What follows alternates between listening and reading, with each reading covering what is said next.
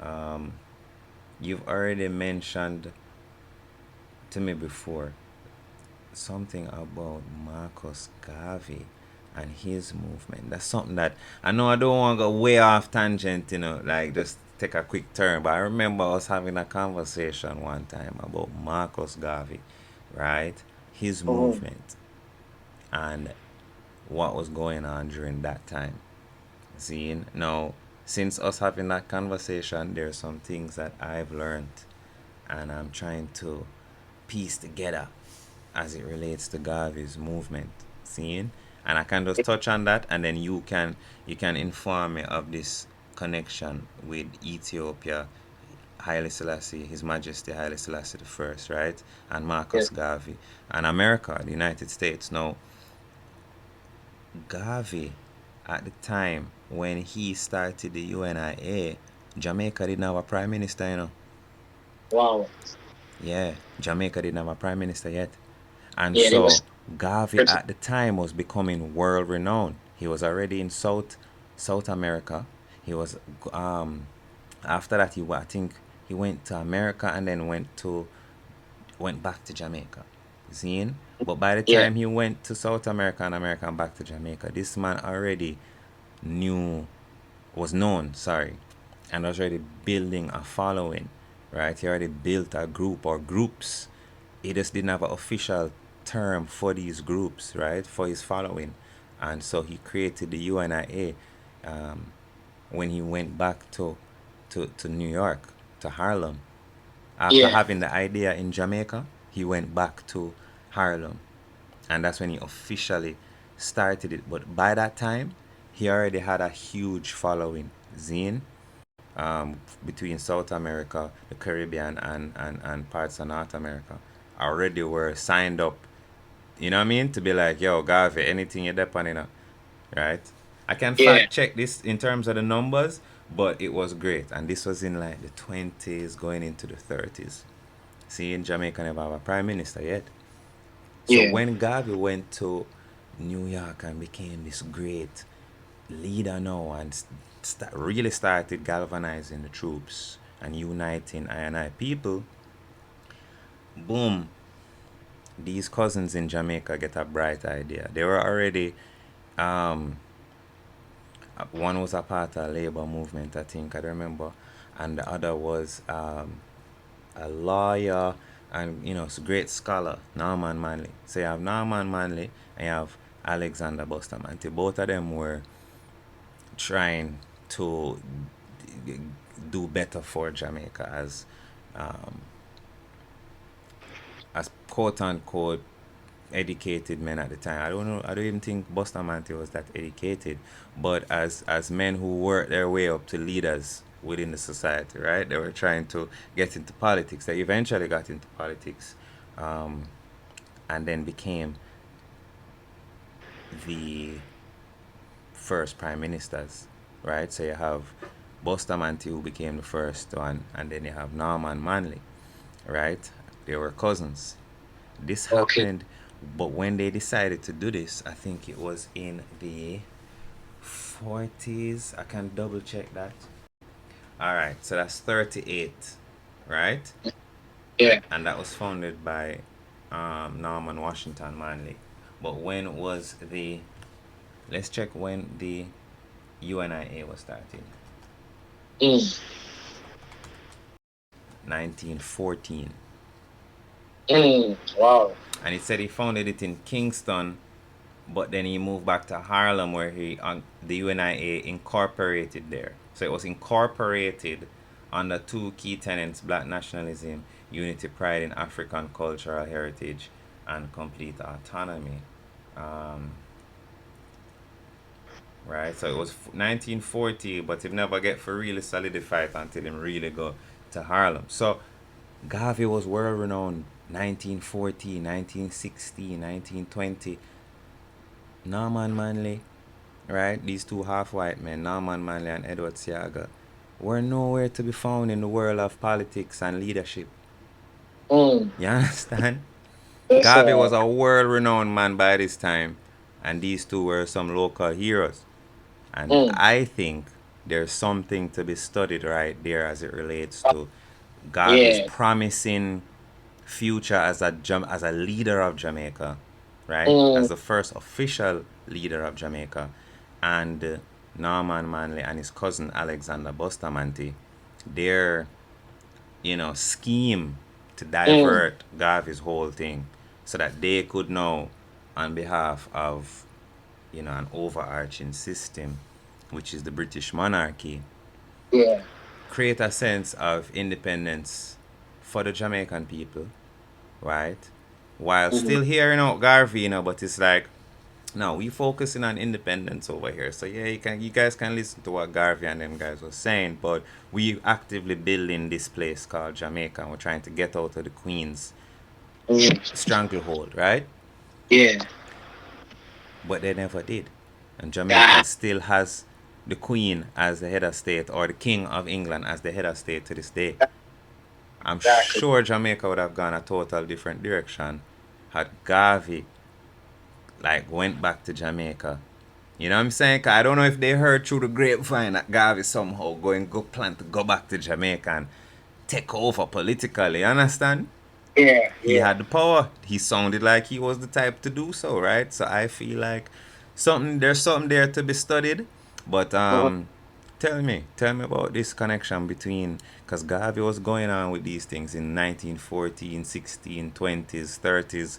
You know, there's this doctor who you told me about, who His Majesty had given the responsibility of educating America on what's going on in Africa, in Ethiopia, specifically the plight of Ethiopia, the war against Ethiopia. Yes, sir. Yeah, so that's a beautiful correlation that you was able to cite right here between the Manleys and the formation of Jamaica. You know, under Garvey during Garvey's time period, Yes, sir. and it sounds brilliant, and it makes sense because at the time of Garvey, Mm-hmm. it was a sense of national black nationalization, Exactly, and exactly. it ranged fear in the hearts of the rulers and the people, the The powers, ruling and class. yes, sir, the ruling class. And it makes sense that, they were started, so they had to create their own mulatto, kind Thank you, my of brother. half breed kind of thing. And in Because order that's to keep what. it away from actually giving the people of Yes. Jamaica actual power. Cause that's what was And going on. yeah, It was because this was taught to us in school, my brother. The uh, mulattoes, the half white, half black offspring of white aristocracy in Jamaica, if you want to call it that, of the wealthy yeah, whites, plantation owners and such. Those were the ones who were given the highest positions within society when they yes, were getting closer to independence, but more so the abolition of slavery. After the uh-huh, abolition of slavery, it was this mulatto class of people now who yes. would become the judges and the lawyers and the doctors and the pharmacists, and you know what I mean? It's an ancient war tactic. It's an Yes, I. ancient Yes, I. tactic. Not for cut That's you, not for divert you. Sorry. mhm. Yeah, yeah, it's an ancient war tactic that's been Mm-hmm. practiced. There's a scholar called um, what does he call it? He wrote the book The Destruction of Black Civilization. Chandler And Chandler, Chancellor. what's his name? Yeah. Yeah, I can't. William Chandler Surprised. Chancellor Williams. Chancellor Williams. Thank you. Yes. Yes. Exactly. Yes. Chancellor Williams, Dr. Chancellor Williams, Yes, and he I. wrote the book called The Destruction of Black Civilization. Civilization. He Big wrote that. yo, I still don't read the fullness of that, but Yeah. great book. Yeah, definitely sip that up, You should. And basically he spoke about in ancient times when they came, that's what they would do. They would create this mulatto class and give them power over the indigenous class because that's their children. And naturally they taught their children in their ways. And we know the Europeans and the foreigners are patriarchal, Rashaun, don't tell me that's why Bob Marley was chosen over Peter Tosh. Don't tell me. I'm Don't tell not me, brother. I'm not saying that because Bob is great in his own right, Alright, good, good, I good, respect good, good. behind the No, Selassie. me But too, I just had to throw that out there because it's like, wait, but Bob also but had a some may white daddy. argue that because there's Bob did have a colorism. white pops. yeah, this colorism that exists to this very day.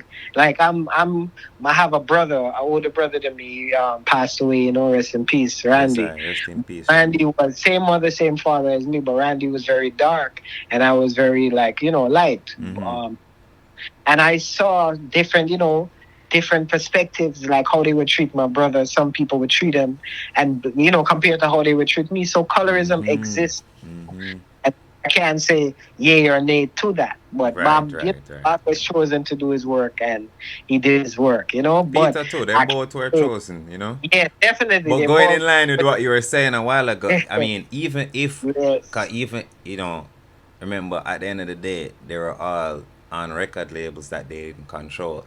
And the Ah, world was still able to hear their message despite the fact that they were being taken advantage of economically. So even if Bob was picked by such man and such woman, you understand, because of his background, yeah. the works that the Most High sent him to do still Ah, override all of that.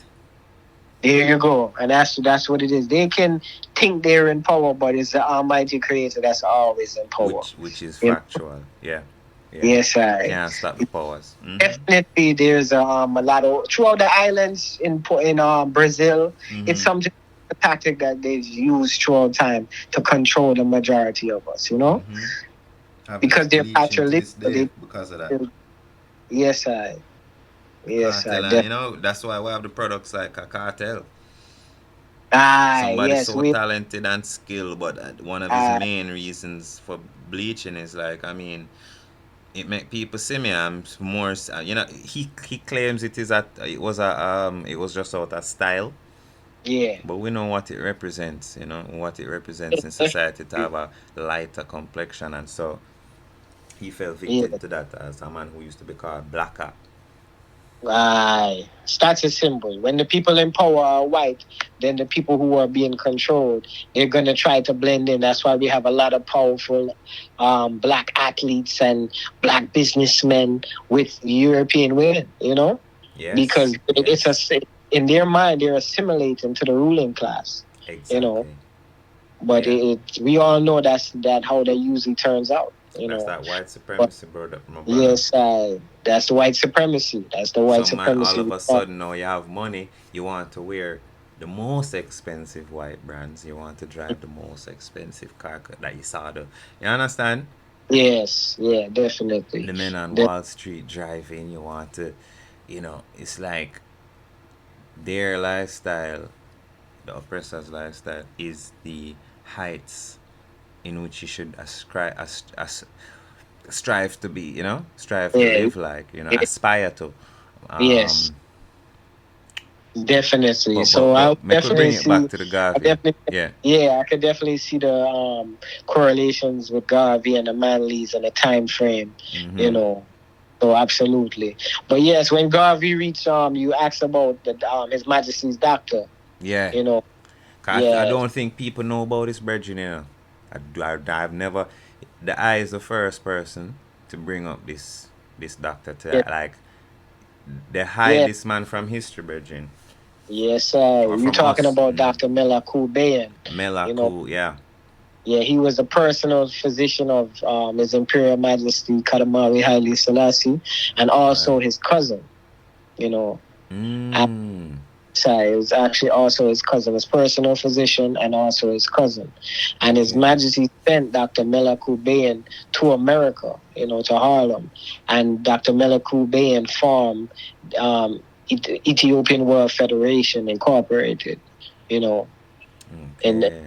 yeah, the early 1900s. So And the the mission of EWF. Ethiopian World Federation, or EWF, was to, like you said, educate the people Mm-hmm. on Ethiopianism and to create a bridge between Ethiopia and the diaspora. You know, Wait, you used a word a while ago, a term. You said Ethiopianism. Can you just touch on that real quick before you go into? yes, or Ethiopianism. So what we have today is Afrocentrism, right? Mm-hmm. But a lot of us don't know that prior to Afrocentrism, Ethiopianism existed. And the reason to this was because Ethiopia was the only nation in Africa that was not colonized by the Europeans. Mm. This made a See. change in history. In fact, I would say this was our greatest battle. The Battle of Adwa, where Yes, I. modern European army was defeated by a so-called ancient primitive Ethiopian military. Look at that. So this brought about a sense of pride Of throughout course. the world, throughout Yes, the I. diaspora, throughout the continent, that Ethiopia is the mightiest nation on the planet. And Of not only course. the most ancient, but they're truly God's chosen people and they're blessed. Mm. So it was we you can't be defeated and say that you're the boss. So No. because Ethiopia was the winner, right? They were victorious against the Italians, the Roman Empire, and the Vatican, right? Africans abroad started to, look up to Ethiopia and dress like the Ethiopians. This is where even the Afro movement with Afro hairstyles came about. The nobility of Ethiopia wore Afros, Yes, and I. it came all the way to America later on in the 70s, where it was very popularized in the 60s and the 70s. But simple things like that comes from Ethiopianism, and even the fact to say that we're Africans was a form of Ethiopianism. Wow. Yes, and it existed in Harlem and throughout the black world. It was well known, because Yeah. everybody knew about the war between Italy and Ethiopia. Right, right, right. And so the more people in America, the more black people in America who knew about that. Because you were, as you talk about the Garvey and these great ones who existed at the time, W.E.B. Du Bois and Yeah. others, there was this sense of African pride and Pan Africanism at the time, too. Yes, I definitely. There was already existed a thought or a idea of Pan Africanism. There was a scholar, Henry. I forgot his name, but he was one of the first people to say, "Let's go back to Africa." Wow, He was there an you go. American scholar, and he wrote many books and many doctrines, and had many movements. This was in the late 1800s. He was a guy who traveled back and forth to Africa. A lot of us don't know about these things, but No, most of them fell under the guise of Ethiopianism. Now got you. Garvey came into play now, um, and Garvey, UNIA, Mm-hmm. and there was a kind of a clash between Ethiopianism and Garveyism. Really? Yeah, yeah. And it was actually the worst time it could have been. And this is Yeah, why can you there's imagine? some. Say it again. No, I'm saying I can imagine that would be a terrible time because we're talking, when when Ethiopia under attack.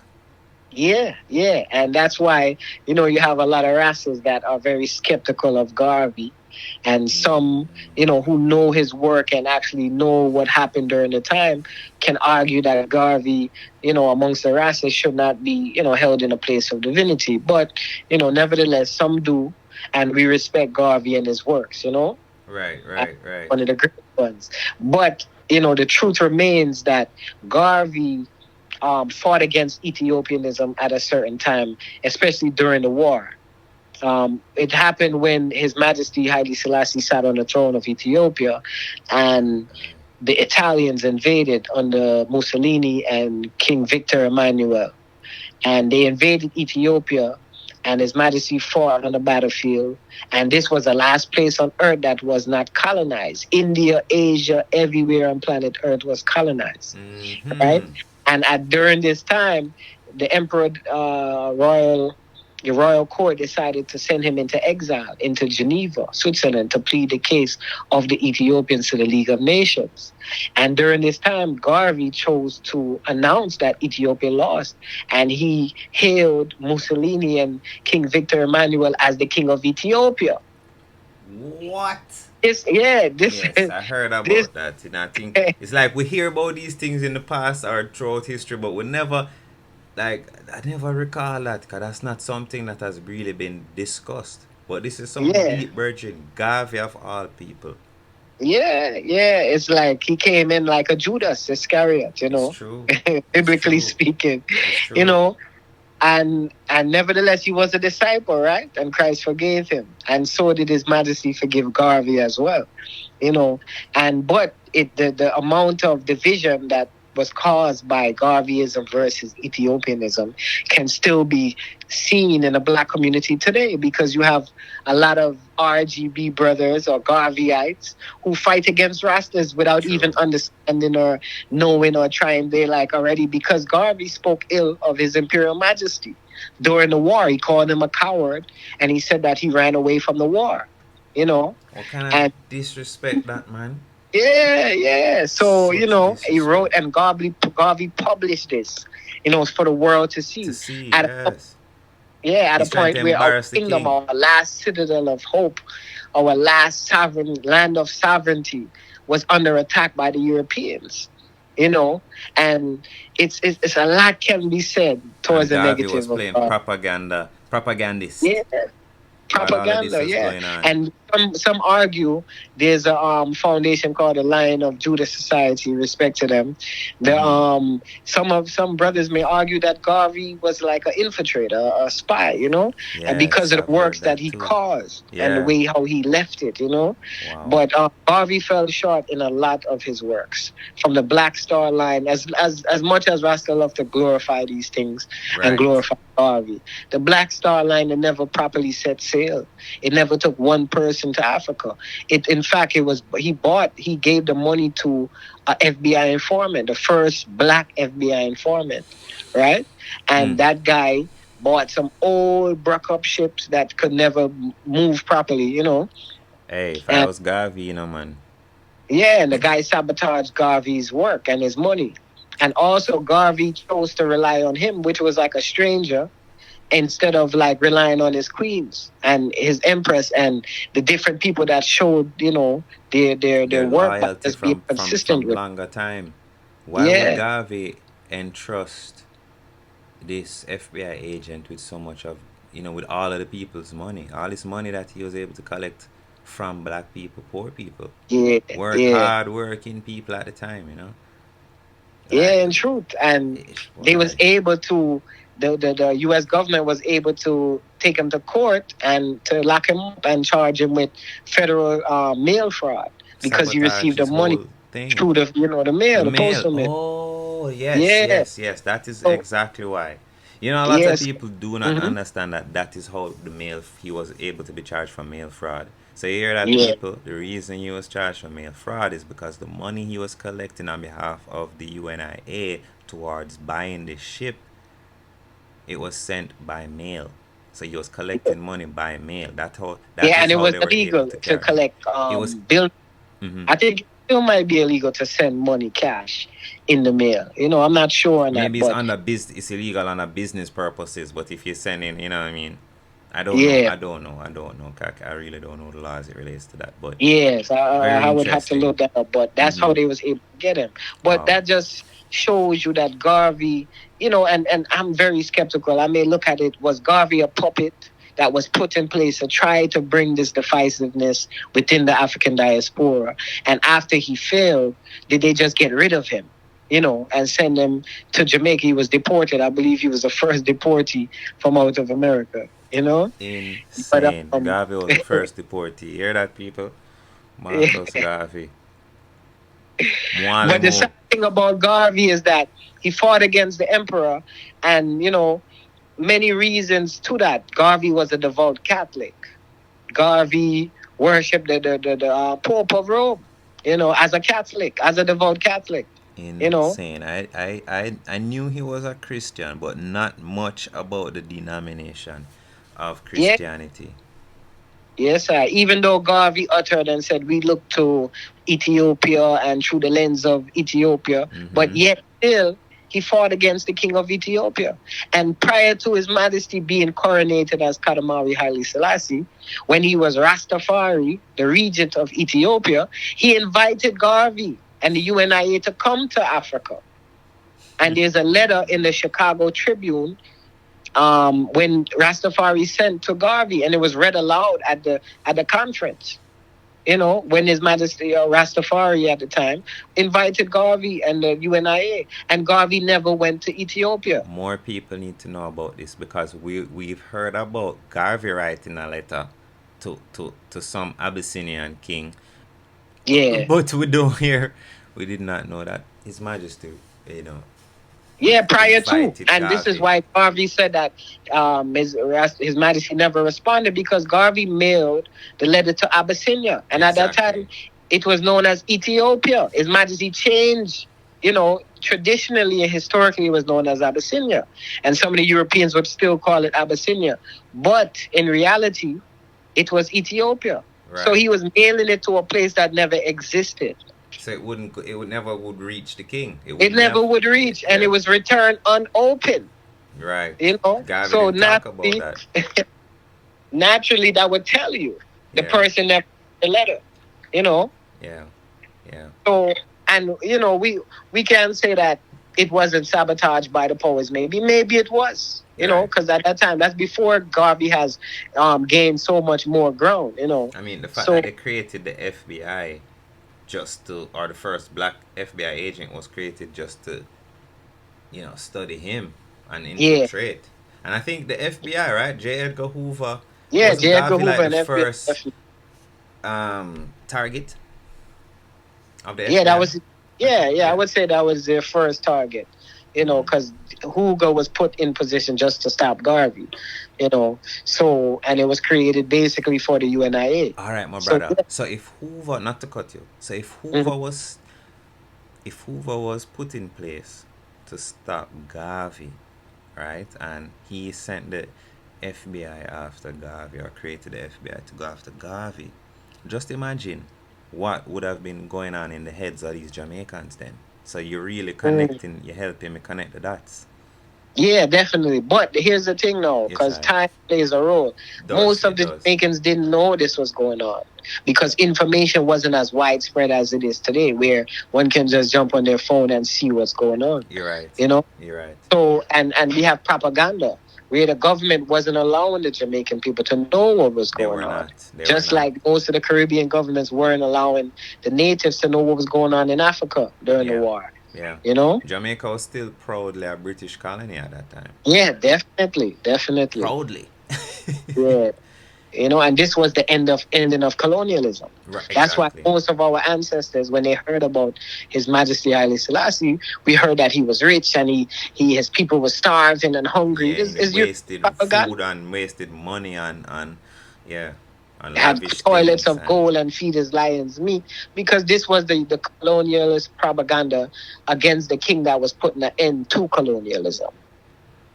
mm, Who is His Imperial Majesty Kadamari Haile Selassie, who ended colonialism. And that is the truth.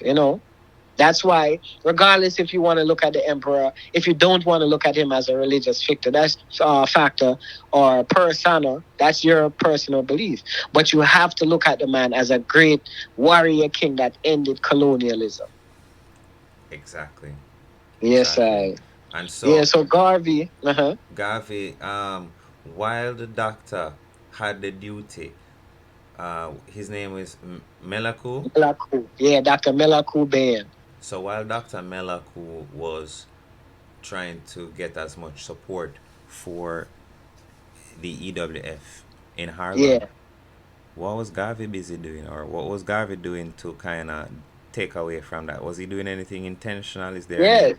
Garvey was publishing in his paper, his newspaper at the time. I forgot the name of it. He was publishing, unfortunately, against Dr. Miller Kubain. Okay, okay, Doc, okay, okay, okay. Dr. You Miller said this Kubain earlier, had, but I just want to put it. Okay, yeah. yeah, he was going against the war against the Ethiopians. He was basically selling out Ethiopia for the Italians and the Romans. And Just he for was attention, publishing, he was cloud chasing. yeah, cloud chasing and taking vital funds that could have went to the Ethiopian effort and using it for the UNIA to give to the agent that was buying old ships that can't sail. The Black Star Line never set still. Right. Garvey himself never touched foot in Africa. To me, that's a big blow on his um, reputation, because if we're to say that in the beginning stages of the UNIA or shortly after, he was bashing, like 15 years later, he was bashing, you know, uh, His Majesty's movement, right? Yeah, yeah. The cause to Because liberate Ethiopia. He was bashing Mhm. all of that in an attempt to win favor in the world's eyes for his movement. You know, it's like, Virgin, look what happened to your movement. You were doing all of this scheming and plotting, and at the end of the day, you know, you were the downfall of your whole movement by trusting this other virgin with your money, with the people's money. You know, Mm. he Yeah, sabotaged himself. sabotage itself. Some call it the issue between the king and the peasant. You know, someone was born a king and was raised a king and raised in order to rule and to govern and Yeah, taught and educated in the palace. You know, yeah, versus a peasant who was self-educated and not taking anything away from the peasant. You right. know, because yeah, most of us can be classed that way, but you must know yourself, and your ego must never outweigh reality. Yeah, You know, yeah. A king. Garvey looked to Mm-hmm. become, Garvey tried to purchase land in Liberia, which is today Liberia. It was not a colony, it didn't have any name or anything, it was just like open land that the Europeans didn't claim. Mm-hmm. Garvey tried to purchase some land there, and it was said that he was going there to build his own city and his own kingdom, and he wanted to be king of this kingdom. You Mm-hmm. know, so ego Mm-hmm. goes a long way. Where Rastafari was already the regent to the most ancient throne on the planet. Exactly. There was an established government. There was already, dignitaries, princes, kings, queens of Ethiopia. Just fall in line. That's all Garvey had to do. Just Fall in fall in line. line and give strength to mama and papa. Exactly. Know where you come from. Yeah. You know? Yeah. Give Yeah. credence to who laid the foundation before you, because the Battle of Adwa was before. Him never know about the Battle of Adwa. Him never read You about had that. to know, of course, you had to know. If it wasn't, the Battle of Adwa basically set the chains, started to break the chains of Mm-hmm. colonialism throughout Mm-hmm. Africa. Because after that, you had the Battle of Adwa, then they came back years later when His Majesty ruled Exactly. and fought again. Exactly. And that started World War II. That sparked the spark that started the fire of World War II was sparked in Ethiopia. The match was struck in Ethiopia. I can only imagine what would have happened had Garvey united forces with His Majesty's cousin, Dr. Yeah, Melaku. You know, it if the would have been. EWF Yeah, and the UNIA had joined forces, oh man. man, oh man, one can only wonder and ponder, but it would have been great because there's strength in unity. So we have to There's learn strength from in these unity. mistakes. Yeah, we have to. We have to. That is it, because you And have great groups out there, you have great leaders out here doing great works, or want to. Because honestly, we don't see nobody as great as, even though Garvey was flawed, we haven't seen a version of that since. You know, we have our Malcolm X's and our Martin Luther Kings, but we haven't seen versions of those either since. yeah, You know what I'm yeah. saying? Where's the Mm-hmm. modern day versions of these great warriors and great leaders, and how do we unify them? That's our next thing, you know? I don't want to Yeah. go off the tangent if you were making a point before, Yeah, finish no, no, it, I but. understand what you're saying. It's Mm-hmm, true. It's true. Well, I would say our great ones are rapping and playing sports. mm-hmm, And mm-hmm. yeah, and they're caught up in the world and the illusion, Yeah, it's true, but because it's so uh, easy, it's like, survival is so hard, and you grow up, and all you're trying to do, all the people around you, especially if you grow up in impoverished areas, all the people around you are trying to do is survive. You know what I mean? Nobody's mhm. thriving. So the chance you get to thrive now as somebody who all you knew was survival, it's like, it's just a Yeah, no-brainer.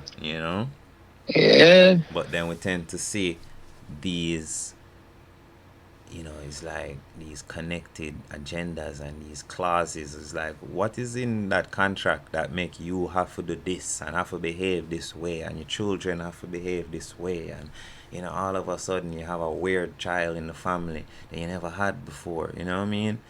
You have these weird people that you never, because this morning, yeah.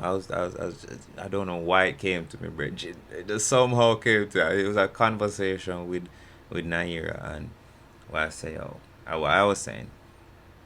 Look at the great athletes, right? Mm-hmm. Because like how you're talking about greatness, and what our great ones are doing now, you know, take it back to ancient Kemetic and Ethiopian times, sports was war initially. A lot of Mm-hmm. these, even Greek times, a lot of these sports that we do nowadays is connected to war times. It's like Yeah. before we used to, it's like sports were training techniques that Yes. these various Oh, sports were training techniques that these warriors would implement to get better. So the javelin throw and the discus, the shot put and the yeah. high Yeah. jump and the long jump and all of these things Mm-hmm. were were moves, were techniques, battle fighting strategies, techniques, Yes. hurdles and all of these things. And you know, those, of course, they existed before Greece and Rome. These people never invent none of these things. Yes. So, True. so the True. warrior tribe of Africa had these sports training and these things, and it's still in our DNA to this day. Yeah. It still Definitely. comes That's. forth in our DNA to this day. So you have the men who would have been great leaders and warriors for real, you know, Mm, who would be at the forefront of this fight that we still have to this day, but now they're playing sports. And I was mm-hmm. saying to Naira, just to, I'm so long winded sometimes, forgive me, Virgin. Right. Um, these same sports players, right? All of a sudden, in these modern times, they have the weird children, the children who want to be a cat and a pig and you understand everything else except a black descendant, an African descendant, a proud man or woman. You know Mm, what I'm saying? yeah. We see the Magic Johnsons, the Dwayne Wades, we see the, you know, so many of them, Bridging. Mm-hmm. It's It's not true. one or It two, it's goes. a couple of them. Even Michael Jordan youth one did that with Scottie Pippen, XY. I couldn't even like why would you want to be with your brothers? You know what I mean? Just to put it down to layman's terms about how Yeah. weird, these potential leaders are, and Jordan with him white wife, and then as you say, all these sports players and stars in Hollywood with these non-black wives, Yeah, seem to it's be like a power. It has to do with criteria power. for The ruling their class. They want to assimilate into the ruling class. So it the money they have only opens certain gates. But no, if I get a white wife, and more gates are open. If mm, my son identifies as something other than what African or black people, that's more gates is opening. So mm, it's a world where the insane have become the same. yeah, You know, yeah, insanity is a norm. yeah. Now where you're sane, or you're a sane person, you become that you ostracize because now insanity has run rampant everywhere. You And know, that brings me to another point. I don't know if you finish. yeah, yeah, yeah, Virgin, as you said, insanity has become like the norm, and yeah. the ones who normally used to speak out throughout time Mm-hmm. are some of the most silent ones in these times. I and Mm. I as Rasta, and as Rasta, Uh, we have a history of speaking up. We are the voice of the voiceless. When you check various African nations and European nations, they liberated themselves to the songs of a Bob Marley and the Rastaman chants and just ancient mantras of black people. yes, What sir. do you think about the modern Rasta movement, or Mm. the what where Rasta is at present as a general movement? What Mm. being so silent, if you agree, because this is what I am saying. I don't know if you agree. I Mm. do think a lot of the you know leaders within the Rasta community are very silent right now. A lot of the most current ones, the ones who have the biggest voices, Mm-hmm. they're very silent when we quote unquote need them to speak up the most. You know what I mean? Yes, sir. And that's the truth. Just like how a lot of us are unaware of Garvey and what really happened, and during the war when it mattered the most, we just fantasize about his philosophies and opinions, and it sounds good, but in reality, words without works cannot sustain. You know, Yes, sir. and we can sing as much as we want about love and the world being a better place, but until we get the work done, Mm-hmm. And that starts with loving ourselves, being proud of ourselves, and sometimes even speaking, being a revolutionary, Yeah. being speaking ill of the system. Yeah. You mean all the destruction and war that's happening today? Not one reggae artist can sing about what Israel is doing to Palestine and Gaza. No Brethren, one some can of these sing people about, have some of the you know, biggest follow. They have millions of streams every month. They have millions of followers, and I don't see one post. I don't see one video. I don't see a tweet. yeah, because they're not the real revolutionaries. Bob Marley said it best. He said, "Now we will know who are the real revolutionaries." Because if they were, they would speak about things like the vaccine, the COVID vaccine. They Not would a speak out one not about talk things about that. about Mm-hmm. it. Yeah, things that are relevant. Yeah, That yeah. I that hear that ones that talk social about affairs. Big C, but them talk about Big C way after. Nobody even hear them talking about it now because it's like when people needed it to talk the most, you're quiet. You're quiet. You Yeah, only start talk exactly, up during the exactly. tail end of it where your voice is not really that relevant because people already decide they're not going to take it, and those who want to take it are going to take it. You know, Yeah. Hey. but the information. Rasta Mm-hmm. voice. Rasta voice is supposed to be a revolutionary voice, an intelligent voice. It's supposed to speak out when no one wants to speak out. And what happened is we have a lot of watered down reggae artists where they serve in they just serve in the line in their pockets. It's all about money. Yeah. And if you dare stop their like international tour money, then guess what? You are threatening their livelihood. So Mm. they're not willing to sacrifice their personal gains Mm. for the gains of all. And that's the difference between Bob Marley and Mm-hmm. everyone else, Mm-hmm. A Mm-hmm. lot of them, I would say, not Mm-hmm. everyone, but Mm-hmm. Bob Marley put his money where his mouth was. Bob Marley was funding the Zimbabwe Liberation Front. You know what I Yes. mean? He was funding, giving actual funds to the warriors in Zimbabwe who were fighting the colonialists. Yes. That's Yes. why. That's why he was ultimately targeted by we know who. Wow. So Wow. yeah, yeah, because Bob That's Marley another put his point money that is where his not mouth was. spoken about, Muji. Definitely. So And Bob Marley was giving money to the Zimbabwe Liberation Movement, is it called? yeah, definitely. The freedom I fighters. pointed that, but it was the freedom fighters. Say Mm-hmm. the Zimbabwe freedom Mm-hmm. fighters. Mm-hmm. You Mm-hmm. know, Mm-hmm. and this is when he was making songs like Zimbabwe was. He was making songs like Right. Africa Night, that album Uprising. Uprising. It was yeah. He Even the was giving title. strength to the yeah. He was giving strength to the anti-colonial movement. Our music spoke about it. When the warriors was on the battlefield, listening to certain songs, it would inspire them, give them morale and strength. So these artists, we fight in wars. The Congo was going on, and they talking about love, and all of these things. Love Talk. is, don't get me wrong, love is the key, right? Yes, But I. we have to. There's a time and place for everything. There's a Yeah. proverb that says, "Those who trade their swords for who'd give up their swords for like hoes for to farm Mm-hmm. Mm-hmm. are gonna be enslaved by those who have their swords." You Exactly. understand? I think So there's yeah, another it's the saying. same I don't know. situation. It said there's a you're right. I don't know if that's the statement. It's like what you're saying is right, but I heard another one. It's like I'd rather. It's better to be a warrior in a garden than a gardener in a war. Yes, I. It's true. It's true. You know, It's true. you have the skills, but you choose to plant food. Mm-hmm.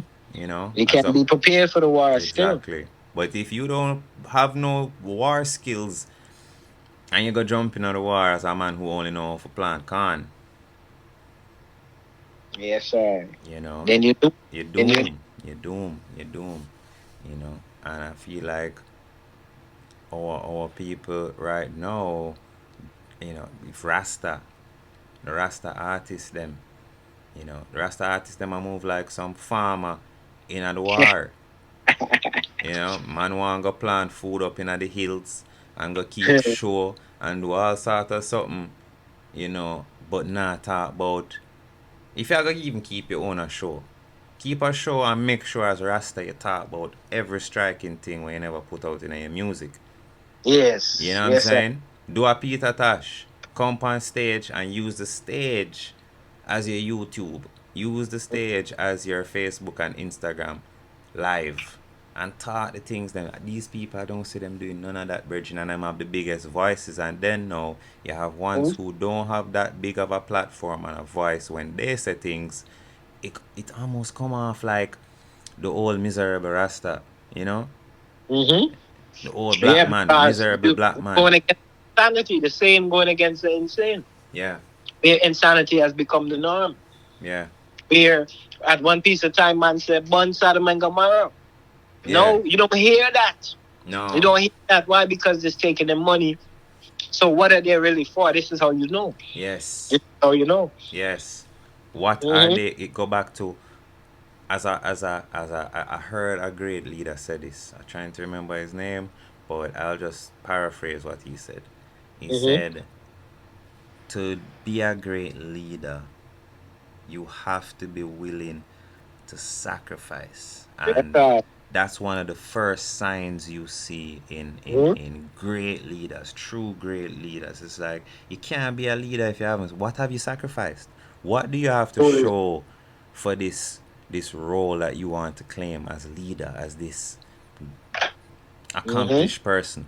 Babylon accolades. That's what you, as a rebel, as a freedom fighter, your biggest accomplishment is Babylon's accolades and rewards.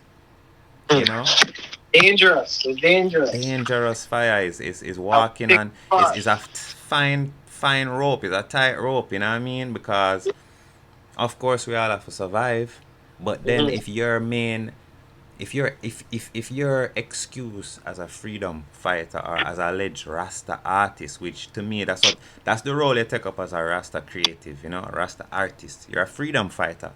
Yes, You're sir. willing to put it all on the line for Pan Africanism, for the freedom of all mankind. Straight. And Yes. if these people are so silent at this time when they need it the most, it's like Dick Gregory was saying, you know, um, trying to remember the quote again. I'm so bad with remembering these random stuff, but Dick Gregory was saying, you know, our ancestors, right? Mm-hmm. Our ancestors in when they were being transported and kidnapped. Mm-hmm. Now this is such a traumatizing event. Can you imagine how traumatized you're seeing people getting brutalized left and right, you being packed into a ship like sardines? Some people did not give a damn. They were like, instead of going to this unknown place, if they're treating us so bad on the ship, imagine where when we reach to where we're going, screw that. Yes. I'm jumping over the ship. Definitely. They Definitely. jump to their own demise, Bridget, and it's their liberation actually. They jumped to their liberation because their dignity, Mm. their dignity in self. I'm a sovereign person of my homeland. I have all the rights, and you know, I have Yes, sir. skills. I'm an educated I'm better than whatever you're carrying me into. Death is better Straight. than it.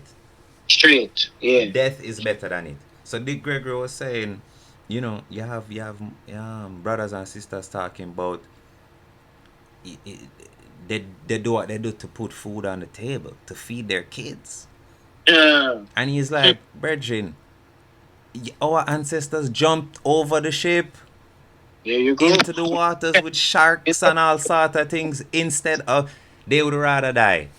Yes, sir. Straight. But yet still you have these modern day quote unquote rebels talking about I have to feed my kids. So my silence, that's why I'm silent. I gotta feed my kids. I can't say nothing. Yeah, because put Don't come at themselves me. over the majority, you know, Yeah. or over the truth, even the truth. The truth. Yeah, silences can be deadly, you know. And what they say, um, to be neutral is to work with the enemy. Mm.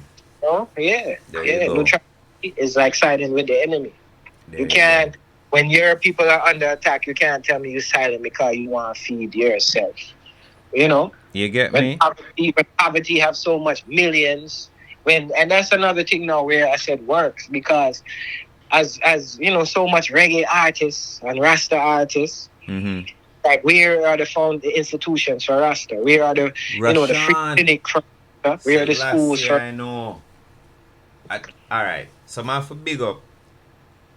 My for big up a brethren who sent me a video. I need to find the name of the brethren right now. Cause I want to call him name because I rate that. Zine. Yeah, So Ras Kuntusi. Zine is a brother in a Tanzania. I see a yeah. video. Is a older brethren, older Rasta man that live in Tanzania, and I'm going to send you the video of him.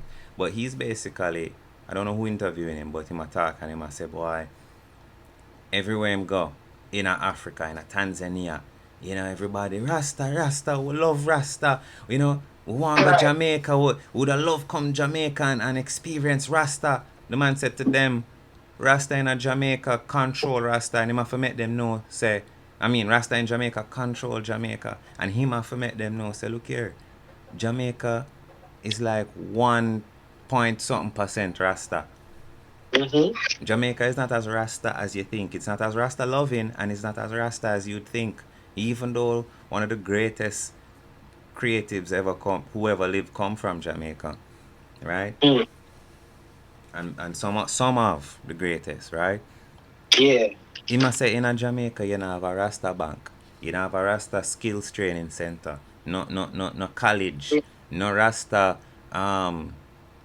where is it? Insurance company, right? Mm. No Rasta credit you nothing. That's it. You have a one Rasta lawyer here and there, or dreadlocks lawyer. Probably a one Rasta lawyer with me know personally. I know one, right? Mm. I know Yeah. one official like business owner who could compete with with some bigger companies in Jamaica. But most of the Rasta entrepreneurs have a cook shop or tour guide or content creation or That's because we have no power. That's the same. I still zero. don't That's have what real that's power. and that is what I wanted to talk about. What you think about that? About Rasta not having any power in a time when Rasta is 70 something old on paper as a movement, as an official, kind of movement on paper. Yeah, we definitely need to really organize, centralize, and get the work done. Rasta is not a thing for reggae artists or people who want to bust in reggae to come into. It's for, like, His Majesty called us home. He said, let all the skilled workers come, to build up the nation. We need doctors, we need lawyers, we need people who get the work done, teachers, educators, plumbers, architects, builders. Mm, Yeah, people who, these are the average day people. yeah, You understand? yeah. So it's Rasta like, have Rasta have like Rasta. If we're talking skills, Rasta is like 90% artists. mm, Eh? Globally, that, if you think about it, Rasta is like 90%. Oh, I sing and play instruments. You I know, mean, where's the Rasta actor them? Where is the Rasta I, video director? Where is the Rasta sound engineer for movies? Where is mm, the Rasta, script writer, editor? mm. Every man just because, want to be in front because, of the camera. but we have to pour into ourselves. We got to cultivate ourselves. Brethren, and that makes me wonder if Mm, the organization of various movements have created such strength within them, you know, mm, that maybe, as reluctant as Rasta are to organize, under a banner, maybe we need to. Maybe you need to have some ground laws as to what Rasta can do and cannot do. Because that's the mm, next thing I did want to talk about. As, yeah. as, as well as, where can we pool our resources together officially without getting robbed, without, just like how Rasta have the money in a bank. Mm-hmm. Mm? Where's the Rasta institution where a man can go put in a $50 and know, say, boy, if him keep it there for the next 3 years, Mm, because it's a Rasta institution, it'll go either mm, yield him grow, or mm-hmm. it can contribute in like a credit union type of way to build in the Yeah, credit yeah. of the entire Rasta community. Mm-hmm. You know that money going go to a loan for a Rasta. You know what I mean? When I ready for a loan now, I can get a loan as a Rasta. Same. Yeah, we have a lot of work to do. That's why words without works can't sustain. We can't sit down and sing like in that regard. We instead of being like His Majesty, we being like Garvey. We just talking, but we not getting the works done.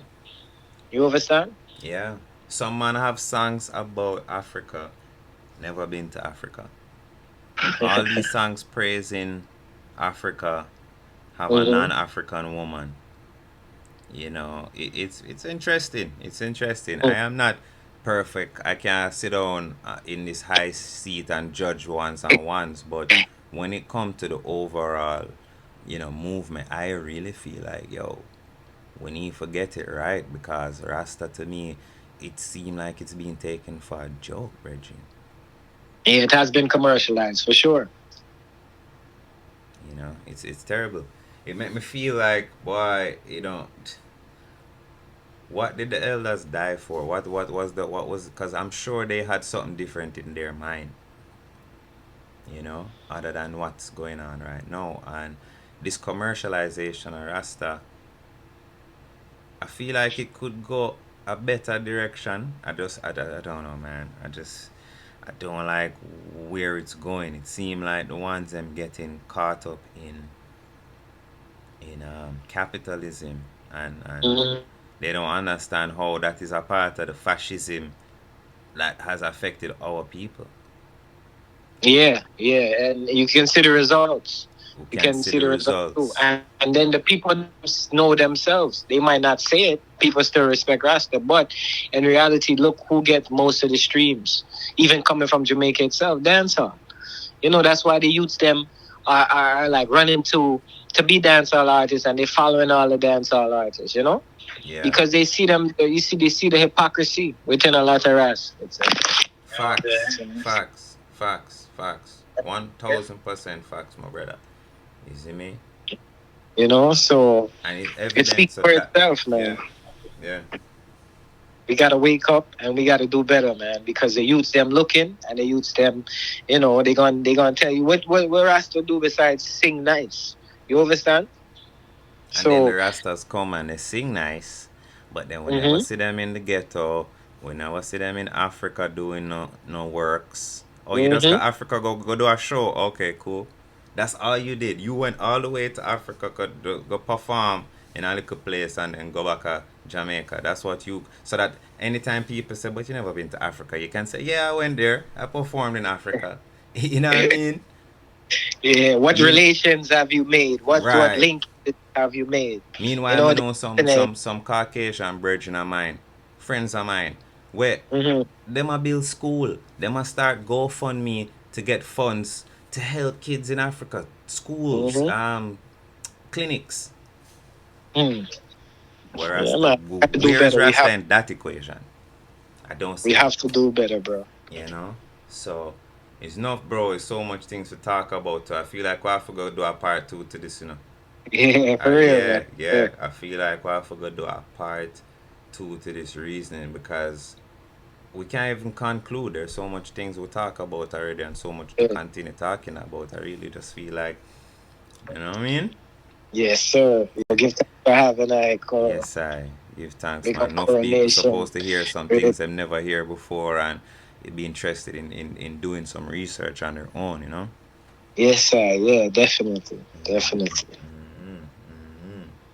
Yeah, man. Yeah, Big my up brethren. Coronation Podcast. Yeah, man. Give thanks, man. Give thanks, Ras Shaun. So, give thanks again, Fireball. Is me, Ras Shaun, Fire on the Uh, Coronation Podcast. Yeah, powerful.